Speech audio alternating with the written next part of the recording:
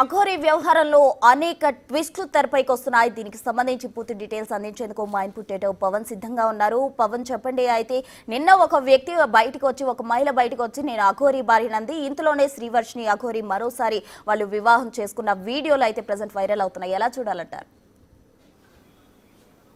చెప్పినట్లుగానే అఘోరి శ్రీనివాస్ మూడోసారి వర్షిని మెడలో తాళిగట్టాడు. నిన్న మధ్యప్రదేశ్లోని ఒక ఆశ్రమంలో వీరి వివాహం జరిగినట్లుగా తెలుస్తుంది. ప్రస్తుతం దానికి సంబంధించిన వీడియోలు వైరల్గా మారాయి. అనేక సాధువుల మధ్య అంగరంగ వైభవంగా అఘోరి శ్రీనివాస్ వర్షిని మెడలో మూడోసారి తాళిగట్టాడు. ఇప్పటికే 2 సార్లు తాళిగట్టినట్లుగా చెప్పారు. ఇటీవల వర్షిని బిగ్ టీవీ స్టూడియోలో కూర్చొని అనేక విషయాలు చెప్పింది.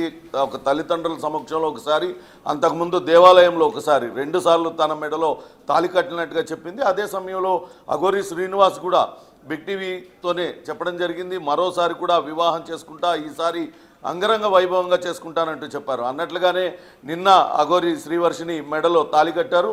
ఇద్దరం కలిసి మరోసారి పార్వతీ పరమేశ్వరులకు జన్మిస్తాం, త్వరలోనే తాను శ్రీవర్షిణిని తీసుకొని తన స్వగ్రామం ఆదిలాబాద్ జిల్లాలో, ఉమ్మడి ఆదిలాబాద్ జిల్లాలో ఉన్న స్వగ్రామానికి వస్తాను, అక్కడే వర్షిణితో కలిసి ఉంటాను, మేమిద్దరం కలిసి పిల్లల్ని కూడా కంటామంటూ వాళ్ళిద్దరూ కూడా చెప్తున్నారు. నిన్న అనేక మంది సాధువుల మధ్య వారి వివాహం అయితే జరిగింది. ఇప్పటికే అఘోరి శ్రీనివాస్ పైన రకరకాల ఆరోపణలు వస్తూ ఉన్నాయి.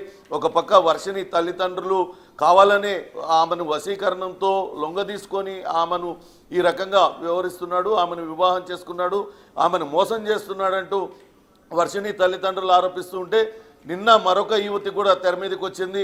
నన్ను ముందుగా వివాహం చేసుకున్నాడు, నేనుండగా రెండో వివాహం ఎలా చేసుకుంటాడంటూ రాధా అనే కరీంనగర్ జిల్లాకు చెందిన యువతి తెర మీదకి వచ్చింది.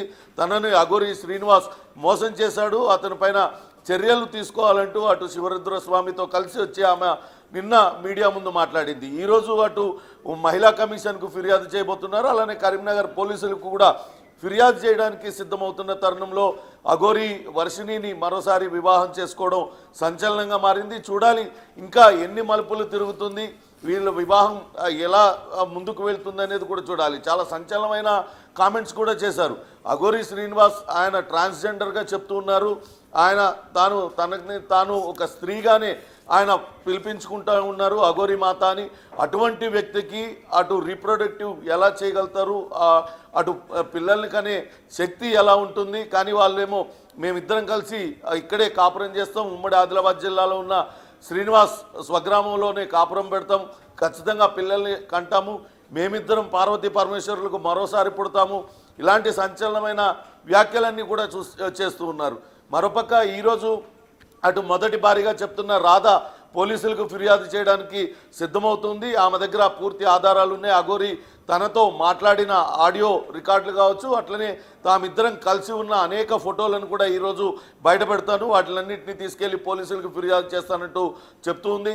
ఇంకా ఎన్ని మలుపులు తిరుగుతుందనే చూడాలి. ఒక పక్క వర్షిని కోసం ఆమె తల్లిదండ్రులు, ఆమె అన్నగా చెప్తున్న వ్యక్తి, వీళ్ళందరూ కూడా ఒక పక్క తీవ్రంగా గాలిస్తూ ఉన్నారు.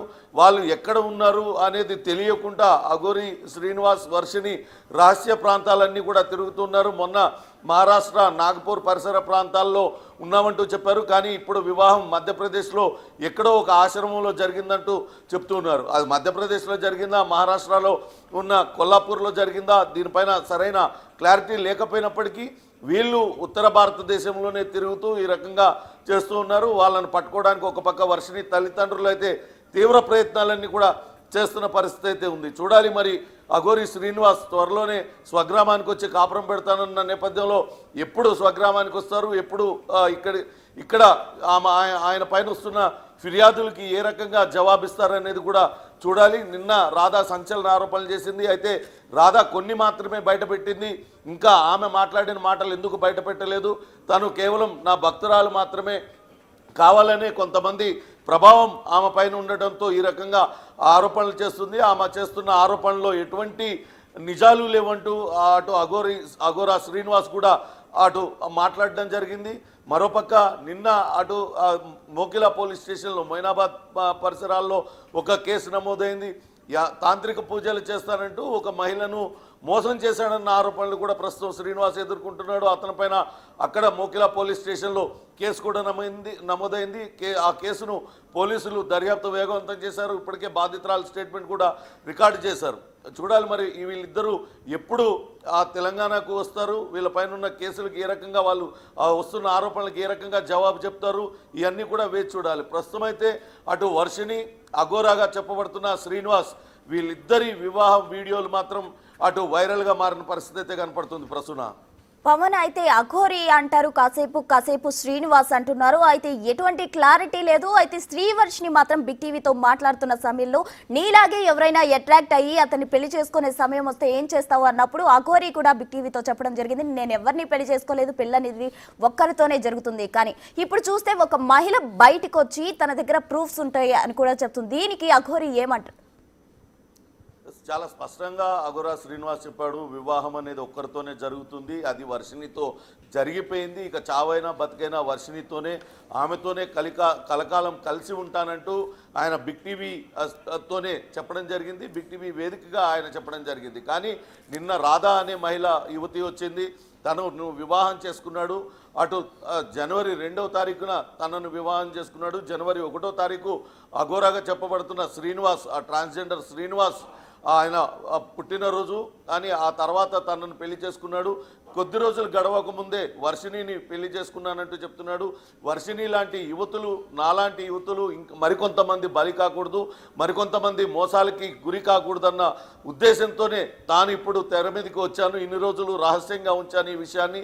ఇప్పుడు అతను ఈ రకంగా యువతల్ని లోబరుచుకుంటూ మోసాలకు పాల్పడుతున్నాడు కాబట్టి మరికొంతమంది యువతలు మోసపోకుండా ఉండాలన్న ఉద్దేశంతోనే తాను ముందుకు వచ్చి ఫిర్యాదు చేస్తున్నానంటూ చెప్పింది. చూడాలి, ఆమె ఈరోజు పోలీసులకు ఫిర్యాదు చేయబోతున్నారు. ఆమెని శివరుద్రస్వామి అనే మరొక ఆయన సాధువు ఆయన తీసుకొచ్చారు.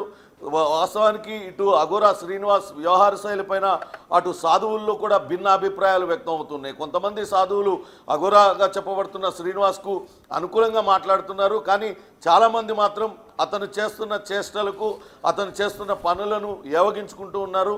ఇటువంటి చేష్టల వల్ల అటు సాధు సమాజం మొత్తం కూడా మాటలు పడవలసి వస్తుంది.